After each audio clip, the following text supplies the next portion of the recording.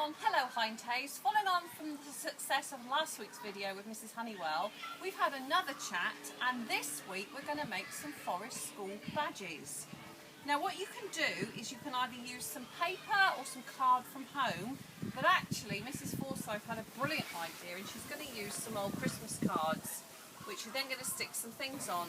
There's several ways that you can stick your items on. You can either use glue, double-sided tape if you have it, but if you haven't got it, what I'm going to use some sellotape, and I'm going to double it back on itself so it becomes double-sided tape. I've just lost the end of the tape.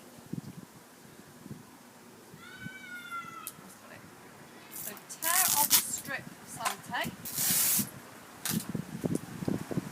double it back on itself to make it sticky, and then stick it down on your card like that.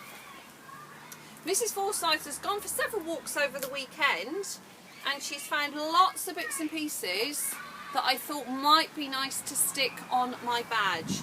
Top tip here folks, if you use anything that's damp or wet it won't stick, so it's dry things, crunchy things that you need to find. So I quite like that ivy leaf. I'm going to pop that in the middle and stick it down.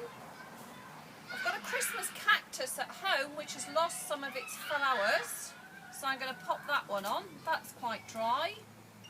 We found a feather a short while ago, so I'm going to stick that one on. There we go. I've got a little bit of a stick off of last year's Christmas tree which I'm just going to cut. Stick that bit on, and I'm going to try and I tell you what, there's a little bit of lavender there which I've just found on the floor. I'm going to stick that one on as well, and there is my badge. Now in order to be able to stick it on to me, the top tip again, double-sided sellotape,